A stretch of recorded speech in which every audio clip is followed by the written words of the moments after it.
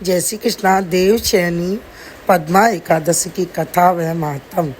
ये एकादशी आषाढ़ माह के शुक्ल पक्ष की एकादशी को देवशयनी पद्मा एकादशी कहते हैं। इस दिन मनुष्य को व्रत उपवास अवश्य करना चाहिए। इस दिन किया गया गंगा स्नान, दान पुण्य,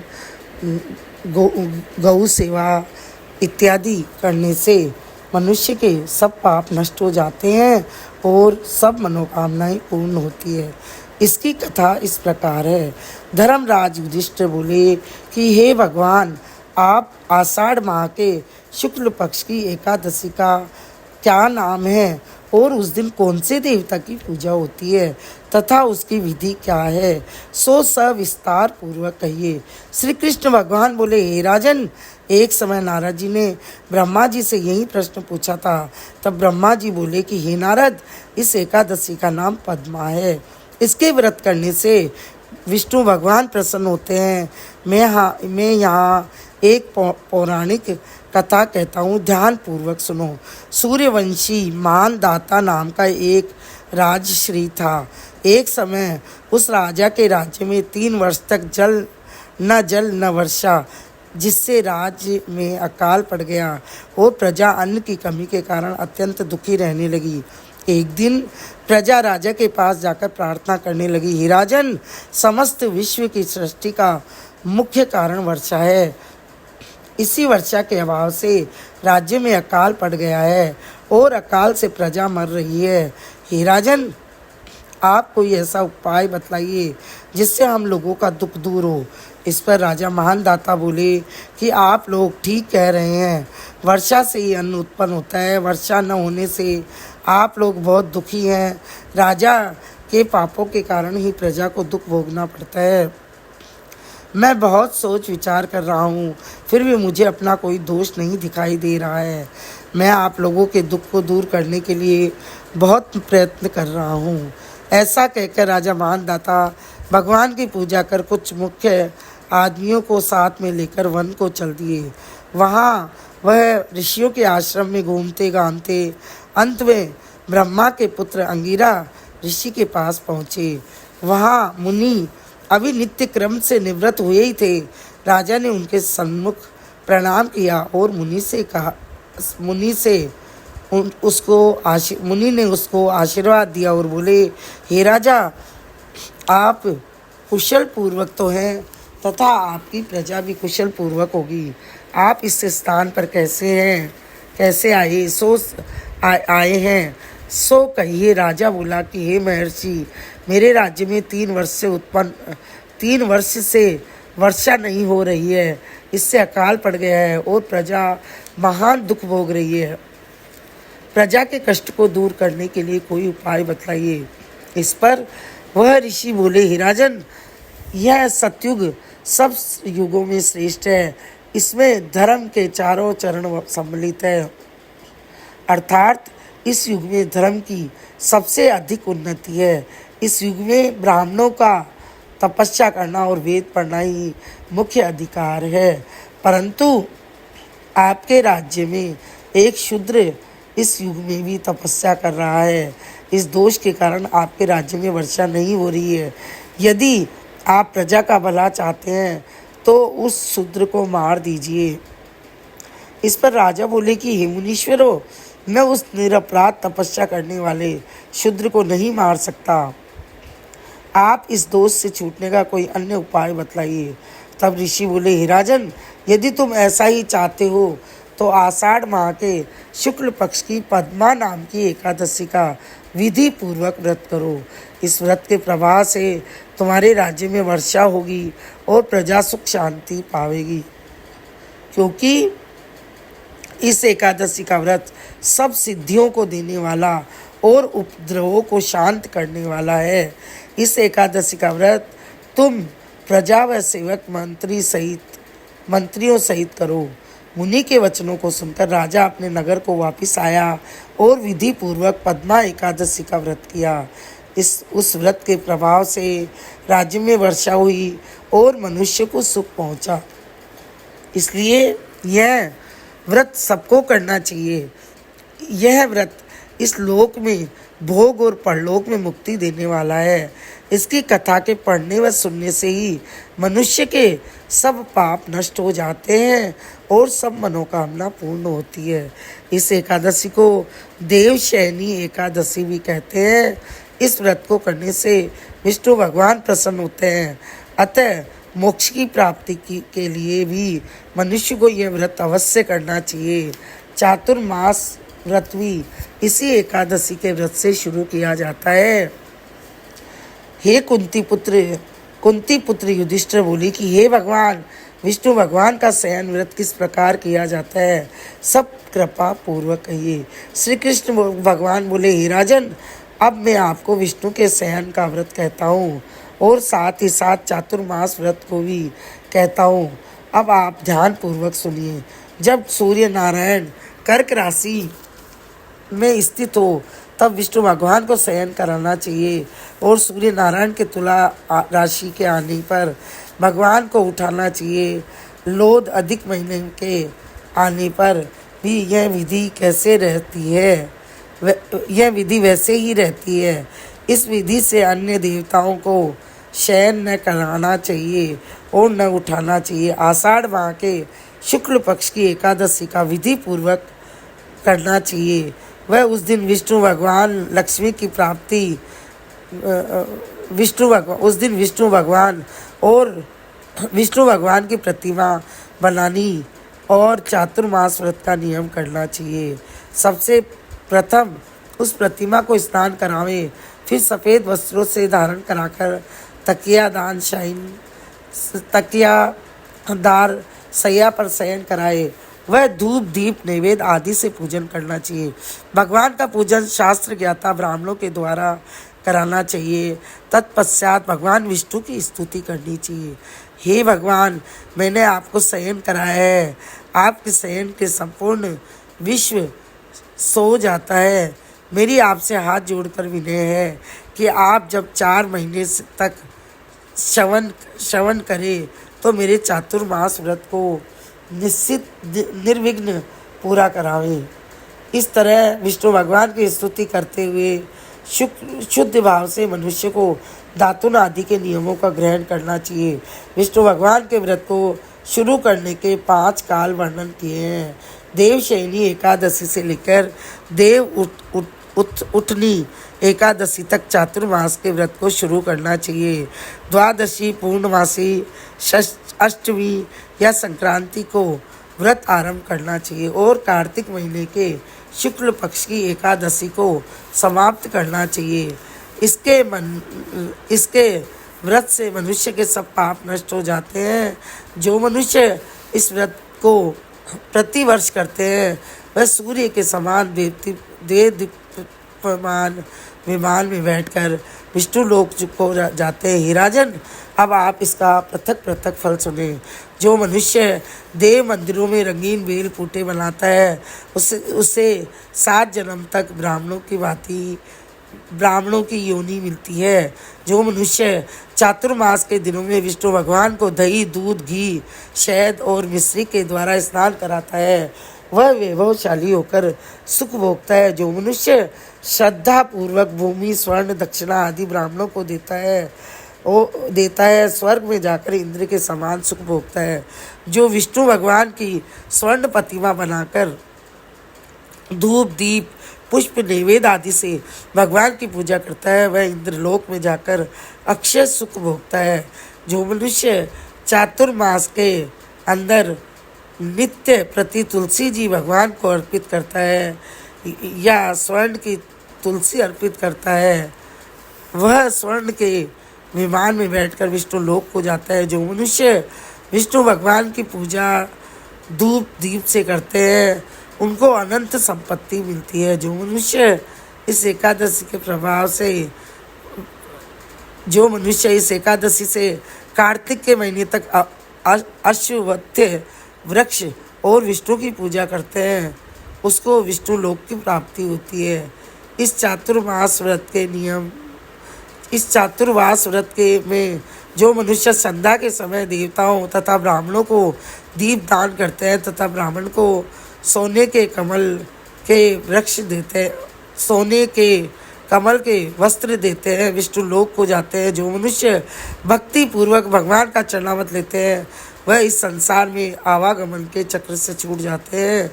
जो मनुष्य विष्णु के मंदिर में नित्य प्रति 108 बार गायत्री यज्ञ का जप करते हैं, गायत्री मंत्र का जप करते हैं, वह पापों में लिप्त नहीं होते हैं। जो मनुष्य पुराण तथा धर्म शास्त्र को सुनते हैं और वेद पाठी ब्राह्मणों को वस्त्रों तथा स्वर्ण सहित उनका दान करते हैं, वे धनी ज्ञानी और कीर्तिमान होते हैं। जो मनुष्य विष्णु भगवान या शिव जी का स्मरण करते हैं और अंत में उसकी प्रतिमा दान करते हैं तो वह सब पापों से रहित होकर गुणवान बनते हैं। जो मनुष्य सूर्य नारायण को अर्घ्य देते हैं और समाप्ति में स्वर्ण रक्त गोदान करते हैं उनको पूरी आयु की स्वरूप देह प्राप्त होती है और कीर्ति धन और बल पाते हैं।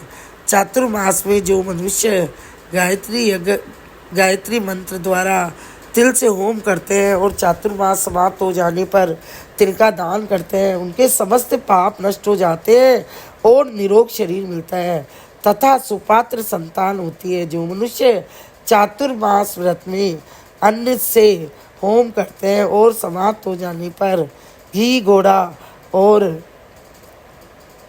घड़ा और वस्त्रों को दान करते हैं वह ऐश्वर्यशाली होते हैं तथा ब्रह्मा के समान भोग भोगते हैं। जो अश्वत्थ वृक्ष की पूजा करते हैं तथा अंत में स्वर्ग सहित वस्त्रों का दान करते हैं उनके समस्त पाप नष्ट हो जाते हैं। जो मनुष्य तुलसी जी को धारण करते हैं तथा अंत में विष्णु भगवान के निमित्त ब्राह्मणों को दान करते हैं विष्णु लोक को जाते हैं। जो मनुष्य चातुर्मास व्रत में भगवान के शयन के उपरांत उनके मस्तक पर नित्य प्रति धूप चढ़ाते हैं और अंत में स्वर्ण की दुर्वादल करते हैं तथा दान देते रहते हैं, इस प्रकार स्तुति करते हैं कि हे दुर्वे, जिस प्रकार इस पृथ्वी पर शाखाओं और छोटी शाखाओं सहित फैली हुई है हो, उसी प्रकार मुझे भी अजर अमर संतान दो। ऐसा करने वाले मनुष्य के सब पाप छूट जाते हैं और अंत में स्वर्ग को जाते हैं। जो शिव जी का विष्णु भगवान के देवालय में गान करते हैं उन्हें रात्रि जागरण का फल मिलता है। जो मनुष्य चातुर्मास व्रत करते हैं उनको उत्तम ध्वनि वाला घंटा दान करना चाहिए। घंटा दान करने के उपरांत उसको भगवान को इस प्रकार स्तुति करनी चाहिए, हे भगवान, हे जगतपति, आप पापों का नाश करने वाले हैं। आप मेरे करने योग्य कार्यों को न करने और न करने योग्य कार्यों को करने से जो पाप उत्पन्न होता है उसको नष्ट कीजिए। चातुर्मास व्रत के अंदर जो नित्य प्रति ब्राह्मणों को चरणामृत पान करते हैं वह समस्त पापों तथा दुखों से छूट जाते हैं और वे आयुष्मान लक्ष्मीमान होते हैं। चातुर्मास व्रत के समाप्त हो जाने के बाद गो दान करना चाहिए। यदि गो दान न कर सके तो वस्त्र दान अवश्य करना चाहिए। जो ब्राह्मण को नित्य प्रति नमस्कार करते हैं उनका जीवन सफल हो जाता है और समस्त पाप छूट जाते हैं। चातुर्मास व्रत की समाप्ति में जो ब्राह्मणों को भोजन कराता है उसकी आयु तथा धन की वृद्धि होती है। जो मनुष्य अलंकार दक्षिणा सहित बछड़े वाली कपिला गाय वेद पाठी ब्राह्मण को दान करते हैं वह चक्रवर्ती आयुष्मान पुत्रवान आदि होते हैं और स्वर्ग लोक में प्रलय के अंत तक इंद्र के समान राज्य करते हैं। जो मनुष्य कर्म सूर्य भगवान और गणेश जी की जो मनुष्य सूर्य भगवान और गणेश जी को नित्य नमस्कार करते हैं उनकी आयु तथा लक्ष्मी बढ़ती है और यदि गणेश जी प्रसन्न हो जाए तो मनवांछित फल पाते हैं। गणेश जी और सूर्य की प्रतिमा ब्राह्मण को देने से सब काम की सिद्धि होती है। जो मनुष्य दोनों ऋतुओं में महादेव जी की प्रसन्नता के लिए रूपा दान करते हैं या तो प्रतिदिन तिल और वस्त्रों के साथ तांबे का पात्र दान करते हैं उसके वहाँ स्वस्थ सुंदर शिव भक्त पुत्र रत्न उत्पन्न होता है। चातुर्मास व्रत की समाप्ति पर चांदी का पात्र, तांबा का पात्र गुड़ और तिल के स्थान पर तिल के साथ दान करना चाहिए। जो मनुष्य विष्णु भगवान के शयन करने के उपरांत तथा शक्ति वस्त्र और तिल के साथ स्वर्ण दान करते हैं, उनके समस्त पाप नष्ट हो जाते हैं और इस लोक में भोग कर परलोक में मोक्ष प्राप्त करते होते हैं। जो मनुष्य ब्राह्मणों की धूप पुष्प से पूजा करे और अंत में वस्त्र दान देते हैं, चातुर्मास व्रत के समाप्त होने पर शय्या दान करते हैं, उसको अक्षय सुख मिलता है और कुबेर के समान भंडार होते हैं। वहाँ वर्षा ऋतु में कुबेर के समान धनवान होते हैं और वर्षा ऋतु में जो गोपी चंदन देते हैं उस पर भगवान प्रसन्न होते हैं और इस लोक में भोग और परलोक में स्तुति करते हैं। चातुर्मास व्रत में भगवान के शयन करने पर गुड़ अथवा शक्कर का दान देते हैं और व्रत के समाप्त हो जाने पर इस प्रकार उद्यापन करते हैं। 4 पल या 8 पल वाले तांबे के 8 पात्र और 48 पल का एक तांबे का पात्र लेकर उसमें शक्कर भरकर तथा वस्त्र फल दक्षिणा सहित ब्राह्मण को देना चाहिए। शक्कर सहित तांबे का पात्र सूर्य को प्रिय है, इससे मनुष्य के समस्त रोग नष्ट हो जाते हैं। उसके दान के प्रभाव से बलवान कीर्तिवान समाप्त हो जाते हैं और मनवांछित फल देने वाले हैं। हे कुंती पुत्र, इस चातुर्मास व्रत को करने वाला मनुष्य गंधर्व विद्या में निपुण और स्त्रियों को प्रिय होता है। जो मनुष्य चातुर्मास व्रत में नियमों को शाक फल आदि देते हैं और अंत में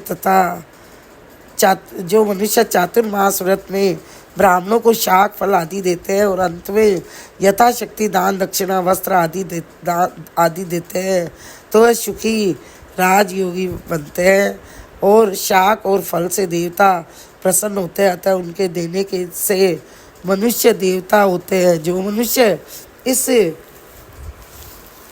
व्रत में प्रतिदिन सौंठ मिर्च पीपल और वस्त्र और दक्षिणा के साथ दान करते हैं और व्रत के अंत में स्वर्ण की सौंठ काली मिर्च का दान देते हैं, वे 100 वर्ष तक जीते हैं और अंत में स्वर्ग को जाते हैं। जो मनुष्य बुद्धिमान ब्राह्मण को मोती दान करता है वह कीर्ति को प्राप्त करता है। जो मनुष्य इस व्रत में तंबाकू का दान करते हैं तो तंबाकू खाना छोड़ देते हैं और अंत में लाभ वस्त्र ब्राह्मण को दान करते हैं, वह अगले जन्म में सौंदर्यशाली बनते हैं और निरोगी बुद्धिमान भाग्यवान और सुंदर वाणी वाले होते हैं। तंबाकू के दान से इस लोक में गंधर्व विद्या में निपुण और परलोक में स्वर्ग मिलता है। तंबाकू लक्ष्मी और मंगल प्रदान करती है और इसके दान से देवता प्रसन्न होते हैं और अनंत धन देते हैं। इस प्रकार जो मनुष्य लक्ष्मी या पार्वती को प्रसन्न करने के लिए हल्दी का दान करते हैं और अंत में हल्दी के पात्र में हल्दी रखकर दान देते हैं, वे स्त्रियां अपने पति के साथ और पति अपनी पत्नी के साथ सुख भोगते हैं। इससे उन्हें सौभाग्य धन वैभव और सुख शांति सुपात्र संतान मिलती है और उनकी देवलोक में पूजा होती है।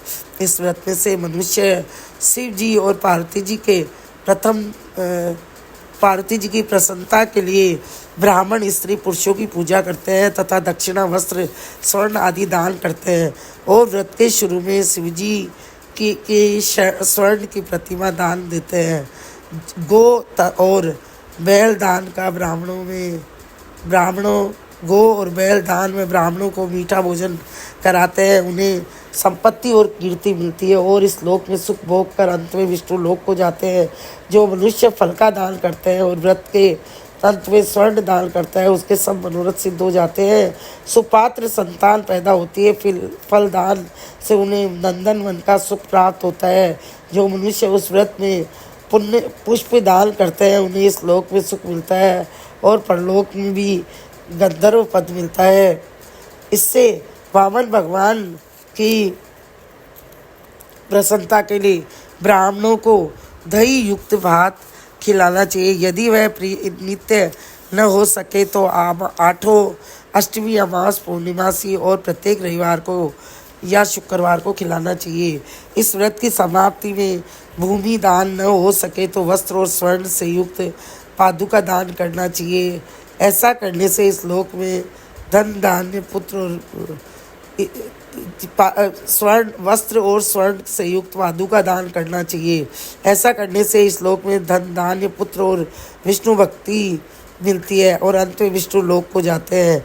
जो मनुष्य दान तथा आभूषणों से युक्त बछड़ा सहित गो का दान करते हैं, वह इस लोक में ज्ञानी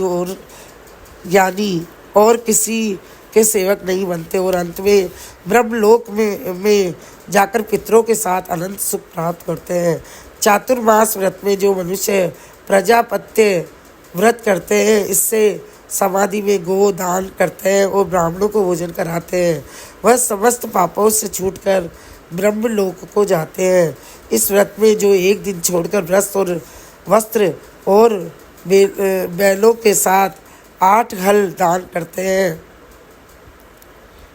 हैं और शाक, मूल, फल आहार करते हैं, वह विष्णु लोक को जाते हैं। जो मनुष्य पयोव्रत करते हैं और अंत में दूध देने वाली गो देते हैं, वह विष्णु लोक को जाते हैं। जो मनुष्य दोनों ऋतुओं में केला पत्र और पलाश के पत्तों से वे भोजन करते हैं तथा कांसी और पात्र और वस्त्र दान करते हैं, वे लोक में सुख पाते हैं। इस व्रत में जो पलाश पत्र भर भोजन करते हैं तथा तेल नहीं खाते हैं, उनके समस्त पाप नष्ट हो जाते हैं।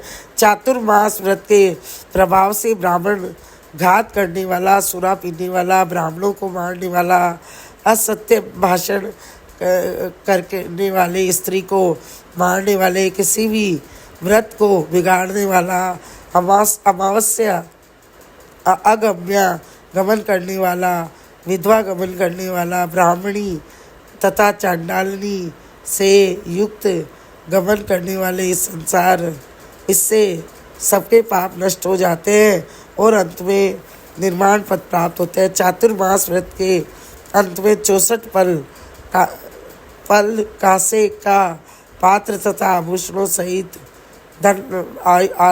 सहित युक्त बछड़ा सहित गो का दान करना चाहिए। जो मनुष्य भूमि को लीप कर भगवान का स्मरण करके भोजन करते हैं, उन्हें आरोग्यता और पुत्र की प्राप्ति होती है। वे धार्मिक तथा चक्रवर्ती राजा होते हैं। उन्हें किसी शत्रु को भय नहीं लगता है, उन्हें किसी शत्रु का भय नहीं रहता और अंत में वह स्वर्ग को जाते हैं। जो मनुष्य बिना मांगे हुए आभूषणों से युक्त चंदन सहित बैल दान करते हैं, उसे सठरस युक्त भोजन कराते हैं, उन्हें विष्णु लोक की प्राप्ति होती है। जो मनुष्य भगवान के शयन करने पर नित्य प्रति रात्रि का जागरण करते हैं तथा अंत में ब्राह्मणों को भोजन कराते हैं, उन्हें शिवलोक की प्राप्ति होती है। चातुर्मास शिवलोक अंत में शिवलोक की प्राप्ति होती है। चातुर्मास व्रत में जो मनुष्य नित्य प्रति एक समय खाकर ही रहता है और अंत में भूखे को भोजन कराते हैं, उन्हें स्वर्ग की प्राप्ति होती है। जो मनुष्य भक्ति पूर्वक भगवान की पूजा करते हैं, विष्णु लोक को जाता है। जो भगवान के शयन करने के बाद भूमि पर सोता है और अंत में शय्या दान करता है, उनकी शिवलोक में पूजा होती है। चातुर्मास व्रत में जो नियम मनुष्य शिवलोक में पूजा होती है। चातुर्मास व्रत में जो मनुष्य मैथुन नहीं करता, वह बलशाली, यशस्वी और लक्ष्मीवान होता है तथा अंत में स्वर्ग लोक को जाता है। जो मनुष्य इस व्रत में उत्तम चावल या जो सह परिवार खाता है, वह स्वर्ग को जाता है। चातुर्मास व्रत में जो तेल नहीं लगाता और अंत में कांसे या मिट्टी के पात्र में तेल भरकर दान देता है, वह विष्णु लोक को जाता है। जो मनुष्य इस व्रत में शाक नहीं खाता और अंत में चांदी के पात्र में वस्त्र लपेट कर दान देते हैं, वह शिवलोक में जाकर ख्याति प्राप्त करता है। जो मनुष्य इस व्रत में गेहूं को त्याग कर भोजन करते हैं तथा स्वर्ण का गेहूं दान करते हैं, उन्हें अश्वमेघ यज्ञ का फल की प्राप्ति होती है। जो मनुष्य इस व्रत में अपनी इंद्रियों का दमन हो कर अपनी इंद्रियों का दमन करता है, उसे अश्वमेघ यज्ञ का फल मिलता है। जो मनुष्य श्रावण में शाक, भादों में दही, कवार में दूध और कार्तिक में दाल की त्याग कर देते हैं, वह निरोगी काया प्राप्त होती है। जो स्नान करके भगवान के पुण्य की पूजा करते हैं, वह स्वर्गलोक को जाते हैं। जो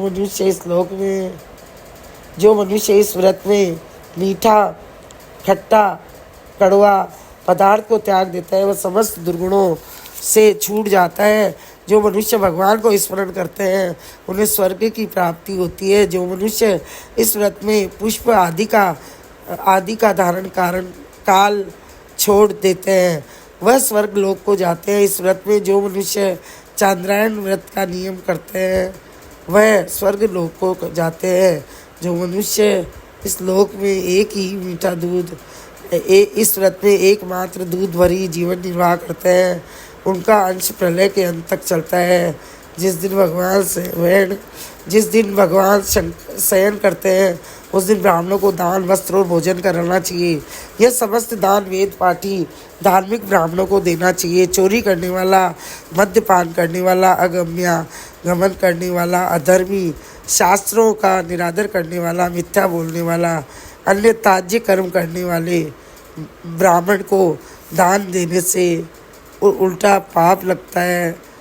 ब्राह्मण को दान देने से उल्टा पाप लगता है और नरक की प्राप्ति होती है। बोली विष्णु भगवान की जय। बोलिए पद्मा एकादशी की जय। श्रीमन नारायण नारायण नारायण, भजमन नारायण नारायण नारायण, लक्ष्मी नारायण नारायण नारायण। बोलिए